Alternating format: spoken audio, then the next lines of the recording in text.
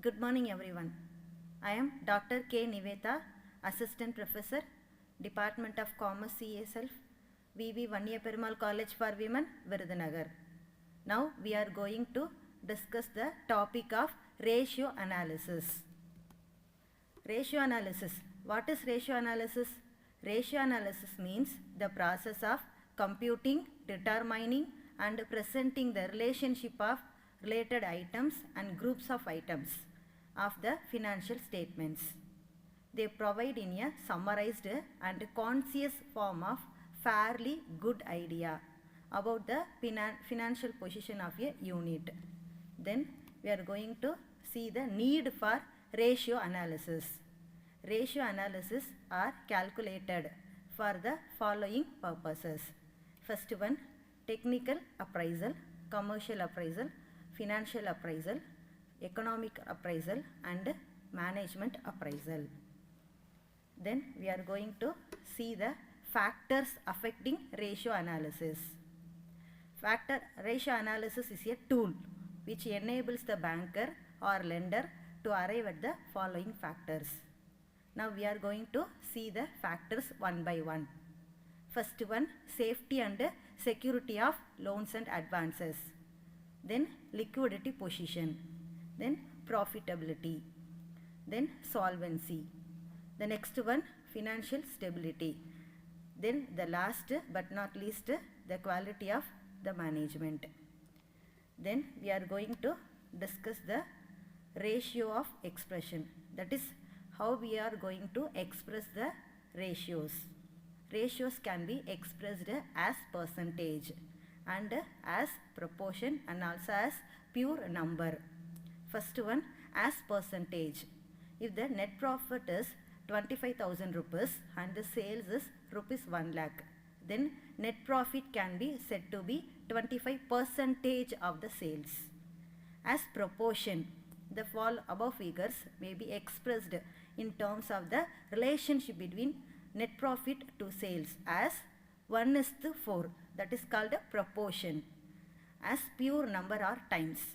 The same can be expressed in an alternatively way, such as the sale is 4 times of the net profit. It is expressed in 1/4 of the sales, that is called a times or pure number. Then we are going to see the classification of ratios. Ratios can be broadly categorized into 3 categories.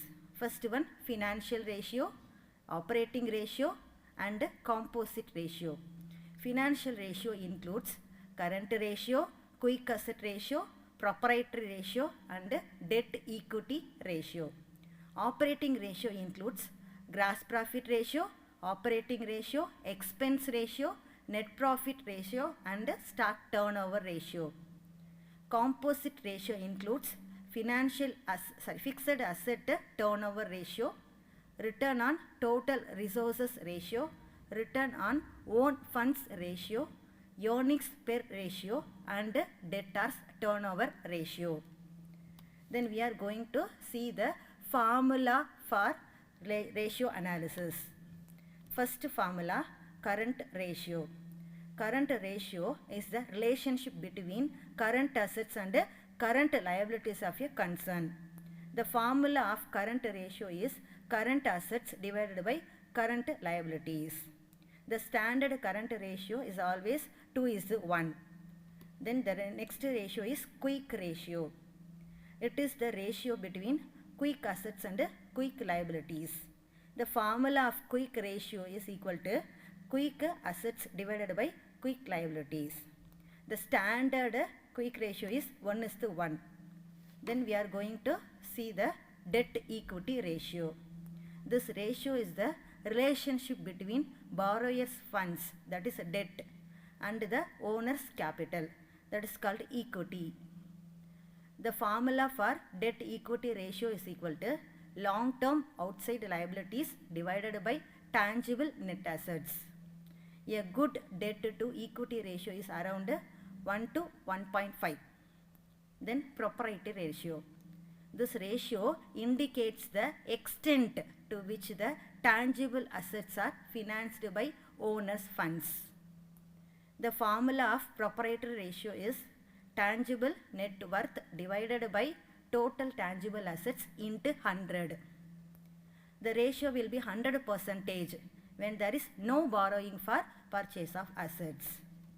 Then we are going to see the gross profit ratio. By comparing gross profit percentage to net sales, we can arrive at the gross profit ratio, which indicates the manufacturing efficiency as well as pricing policy of the concern. The formula of gross profit ratio equal to gross profit divided by sales into 100. A higher gross profit ratio indicates efficiency in production. Then operating profit ratio. The formula of operating profit ratio is operating profit divided by net sales into 100. Then we are going to see the net profit ratio. The formula of net profit ratio is net profit divided by net sales into 100. The net profit, a higher net profit indicates the higher profitability. That like higher operating ratio indicates the operating efficiency of the firm. Next we are going to see the stock inventory turnover ratio. The formula of inventory turnover ratio equal to average inventory divided by sales into 365 days. That is the number of working days in a year is equal to 365. Or we can use the formula of average inventory divided by sales into 52 weeks or 12 months. For finding the average profit, the formula is opening stock plus closing stock divided by 2. This ratio indicates the number of times the inventory is rotated during the relevant accounting period. Then we are going to see the formula of debtors turnover ratio. This is called debtors velocity or average collection period or period of credit given. The formula for debtors turnover ratio is average debtors divided by sales into 365 days or 12 months. Then asset turnover ratio. The formula for asset turnover ratio is net sales divided by tangible assets. Then fixed asset turnover ratio. The formula is net sales divided by fixed assets. Then we are going to see the current asset turnover ratio. The formula for current asset turnover ratio is net sales divided by current assets. Then creditors turnover ratio. The formula is average creditors divided by purchases into 365 days. Then return on assets. The formula for calculating the return on assets is net profit after tax divided by total assets. Then the next formula, return on capital employed. Formula is net profit before interest and tax divided by average capital employed into 100. The average capital employed is the average of the equity share capital and long-term funds provided by the owners and creditors of the firm at the beginning and end of the accounting period. Then the next formula, return on equity capital. It is shortly known as ROE. The formula is net profit after tax divided by tangible net worth. Then earning per share formula. Earning per share indicates the quantum of net profit of the year. That would be ranking for dividend for each share of the company being held by the equity shareholders. The formula of earning per share is net profit after tax and preference dividend divided by number of equity shares. Then price earning ratio. Price earning ratio indicates the number of times the earning per share is covered by its market price. The formula is market price per equity share divided by earnings per share. Then the next formula, debt service coverage ratio. This ratio is one of the most important one, which indicates the ability of an enterprise to meet the liabilities by way of payment of installments of term loans and interest thereon from out of the cash accruals and forms the basis for fixation of the repayment schedule in respect of term loans raised for a project. The formula for debt service coverage ratio is equal to profit after tax plus depreciation plus annual interest on long-term loans and liabilities wholly divided by annual interest on long-term loans and liabilities plus annual installments payable on long-term loans and advances. Then we are going to see one problem regarding ratios. Here there is a balance sheet of a company. With this balance sheet we are going to see the following formulas. Here in this problem some liabilities and assets are given. Liabilities are capital, reserves, term loan, bank credit, trade creditors, provisions.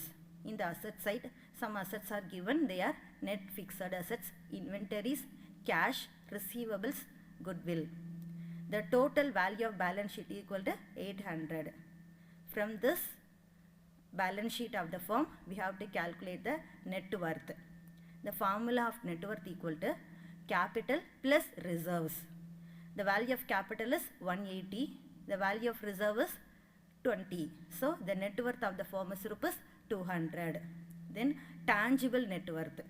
Formula net worth minus goodwill. The net worth of the business is find out in the above. That is 200 rupees minus goodwill 50. So the tangible net worth of the firm is rupees 150. Then we are going to calculate outside liabilities. The formula is term loan plus credit plus creditors plus provisions. The term loan is 300, bank credit is 200, creditors is 50 and provisions is 50. By adding this we have the value of rupees 600. That is the outside liabilities of a firm. Then we are going to see the net working capital. The formula is current assets minus current liabilities.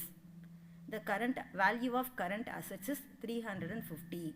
It includes cash, receivables and goodwills minus current liabilities. It includes bank credit, trade creditors and provisions. So by deducting 350 by 250, the value of net working capital of the firm is rupees 50. Then next ratio is current ratio. The formula of current ratio is current assets divided by current liabilities. The value of current assets is 350. Then the value of current liabilities is 300. So by dividing the current assets and current liability, we have the ratio of current ratio. The answer is 1.17 is the 1. Then quick ratio. The formula for quick ratio is quick assets divided by current liabilities. The current assets value is 200 and current liability value is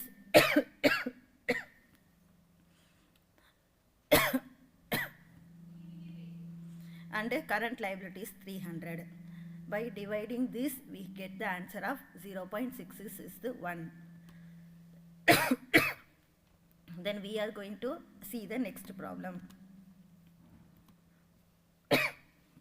In this problem we have calculate debt equity ratio, tangible net worth and total net worth and also current ratio.